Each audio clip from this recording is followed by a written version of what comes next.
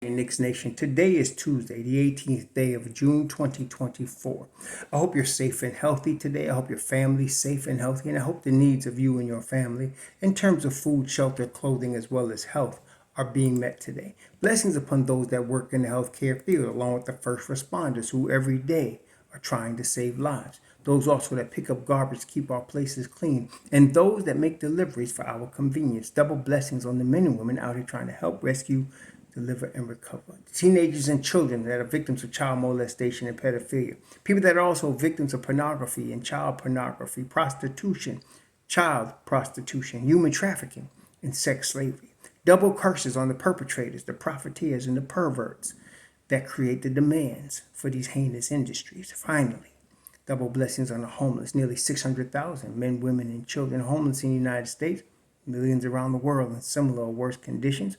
Blessings upon them, for theirs is the kingdom. Today, well, first of all, let's congratulate, no matter how we feel personally, let's not be childish.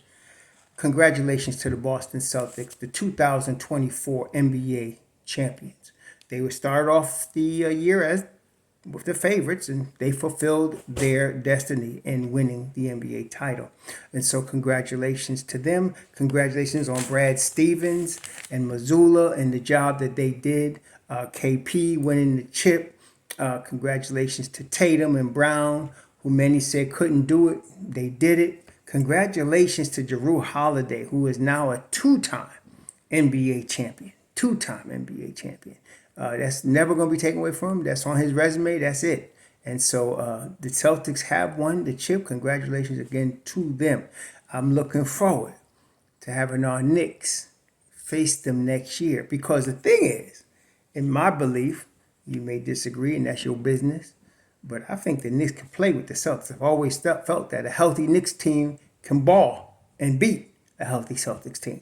So let's see what happens, because we're going into next year. Now, speaking of next year, that's what today's video is about. Now that the Celtics have won the chip, the Knicks can actually begin negotiating with their own free agents, their own guys. So they can talk to OG. They could talk to Hartenstein. They could talk to Precious. They could deal with Bodega 44. Now, let's get to the initial business at hand. Hartenstein and OG will return. I'm pretty sure Precious will return. I'm very high on that as well, because of the cost. And now, a lot of people, let me first explain again. The people that are bringing up second tax aprons, many of you all are missing the premise of what they're saying. This is the premise. The premise is if the Knicks want to chase a big star. That's the premise. Okay? So the premise of the tax apron issue has to do with the Knicks' ability or lack thereof to trace a so-called big star. So if you take that premise out the equation, in other words, if you assume the Knicks are not chasing a big star, they have no tax issue. If they wanted to chase a big star, one of the criteria is to be able to exchange salary, which is where Bodega's $19 million comes in. If they wanted to get a star at the trade deadline, they would need Bodega's $19 million expiring salary, because any so-called star is going to cost you a lot of money, and you need to match the money. Okay, so that's Bodega. But the problem that I have is there is no star out there that's worth breaking up your team. So, for example, let's say X player that's making $40 million a year. You got $19 million from Bodega. Now, where the rest of the money coming from? See, you need another large salary, and a lot of y'all are ready to throw Julius Randle's name out there, and I'm telling you right now, that ain't going to happen. Okay? Just like some of y'all, it's probably the same people that we're guaranteeing we're going to sign Donovan Mitchell. So you got to have another salary out there. They're not going to break up the Villanova crew for anybody, because they're playing too good.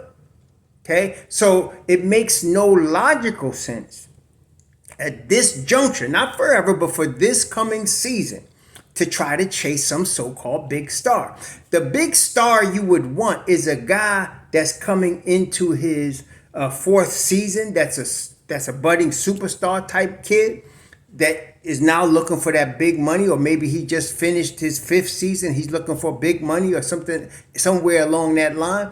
There's not many of those guys available that you want to break up your team for. For example, you're not going to do it for Brandon Ingram. It's ridiculous. You're not going to do it. Okay? And I'm not even talking to, there's a whole contingent of Knicks Nation that always thinks every player on every other team is better than every player we have. Okay? It's not just in the on the street level. There's been people that said, every night the Knicks don't have the best player on the floor. Y'all remember that? I don't know which knucklehead on the big time media said that. But, Jalen Brunson's never the best player on the floor. Julius Randle's never. So that's how much hate there is for your own team. Okay? But no, I don't think like that. I happen to think the Knicks have a championship level team right now. And so we don't want to mess with that. Therefore, the tax apron is not a problem at all. So now you're dealing with Hartenstein. Hartenstein's going to re-sign with the Knicks. There is no Oklahoma that's going to give him $100 million. It is not going to happen. Orlando, they might give him 80. I could see that. They might offer him 80 in Orlando. I don't think he leaves the Knicks over the difference between 72 and 80. And I think this is the first time in this young man's life he's going to have, as long generational security.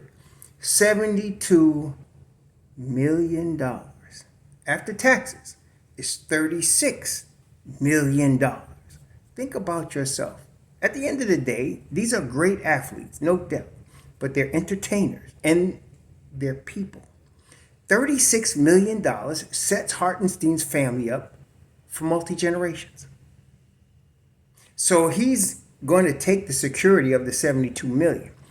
And he's going to stay with New York because he has the opportunity to make more. So I wouldn't be surprised if they added a player option in his deal, which is understandable. But he's going to take that security and he's going to take the Knicks and he'll be back. The key thing is, how will the deal be structured, which nobody's talking about. The Don always structures his deals to fit the Knicks' flexibility. The Knicks are always looking to maintain flexibility. So the 4th year, this deal is going to be a team option. And probably the 3rd year is going to be a player option to give everybody flexibility. But that's going to happen. And is the 1st year going to start off at 18 million? Is it going to start off at 16 million? Is it going to start off at 20 million? It's going to be structured to fit the Knicks. OG will sign with the Knicks for a deal that averages around $35 million per year. That's going to happen. Okay? But the real question, and I'm not with these knuckles, I'm not sure he's worth that. Well, you're not the GM. The Knicks really think he is, and he's going to get that money. The question is, how is the deal going to get structured? Is it going to be $30 million his first year? $36 million his first year? $35 million? I don't know. Again, the Don will structure the deal to fit the Knicks. And it's good that these two deals will happen before July 1st, because that way you know what you're getting. And now with Precious is easy. That's an easy deal. I'm going to tell you why. He's got a $6.75 million, that's his qualifying offer. He's a restricted free agent. So give him the $6.75 million qualifying offer and see what else he could get. I don't think he gets more than $8 million on the open market, and that's in the Knicks budget. So that's going to happen. The big question, though, is Bodega 44. That's going to tell you a lot, because if Bogdanovich gets his $19 million, then the Knicks will have an expiring $19 million deal. Yes, they will go over the first apron, but they're not really worried about that, because now we're talking about championship contention. Second apron, like the Celtics are in the second apron, but they don't care. They just want the chip. That's what you do second apron for. You don't mind paying taxes if you're the champ, okay? So they're the champions. The Knicks want to be. So they go over the first apron if they want to keep Bodega, and then they'll have a $19 million expiring next season, and the cap will rise a little bit next season. How much it rises, I don't know, but it will go up next season. And they'll probably make that announcement, at some point during the course of 2025. But the cap will go up, and then they'll have $19 million expiring on top of it. So I think we're good. Now, the two lesser things, and I do mean lesser, are the extensions of Brunson and Randle. Why do I say lesser? Because they don't have to sign an extension now. If Brunson signs an extension this summer, that tells you he's planning on retiring a New York Knick. Okay? Randall, if he signs an extension, if they offer him extension this summer, they don't have to. They can wait till next summer. But if they wanted to, still, that's after this season. That's not this season's problem. Okay? So whether they do or don't is really irrelevant. People are going to make big hay out of it regardless. But to me, in terms of the Knicks winning the championship, it's irrelevant right now. The Knicks need a healthy Randall with a healthy Brunson, period. And all of our guys to be healthy coming into this coming season. It's a very big season for the Knicks because we're in championship conversations right now. This is where we have been wanting to be for the last, I don't know how many years, but since Leon and Tibbs have come, we've been building up to where we are right now. Okay, so the most important thing is really getting everybody healthy. But Bodega's contract is going to tell you a lot, because if they renounce Bodega's contract, then they only owe him $2 million for next season. And they'll be under the tax apron, even the first tax apron. And they could sign somebody to a mid-level exception. Now, they don't have to use the entire. So many of y'all, when you come up with these, with some of your suggestions or scenario, every one of you, I've never seen anybody not do this. Well, we can pay them the whole mid-level exception. It's almost like a desperate move. You don't have to pay them the whole mid-level exception. You don't. Okay? So you can pay them part of it if you want to. You can even split it up among two players if you want. So you really don't have to use the whole $12.8 million on one guy unless that guy is worth it. Okay? The only guy, in my view, that you could get at the mid-level that might, and I mean with a big M, might be worth the whole thing is Caruso. And that's because, and some of y'all underestimating him, he's all NBA defense, y'all. We ain't talking about might be. He has been on all NBA defensive teams. So when he can play D like that, beside Deuce, and you got Hart out there with Mitchell Robinson, that's what I'm talking about. So the Knicks could pay him I wouldn't even pay him the whole thing. I would, because that's like a DiVincenzo or a Hart contract. I wouldn't give Caruso that, but I would give him maybe 10 of the 12.8. I give him 10. He can get 4 years, 10 with the fourth year as a team option. I would do that. Okay. Or 3 years, 30 with the third year as a team option. Definitely I would do that, and he would take it.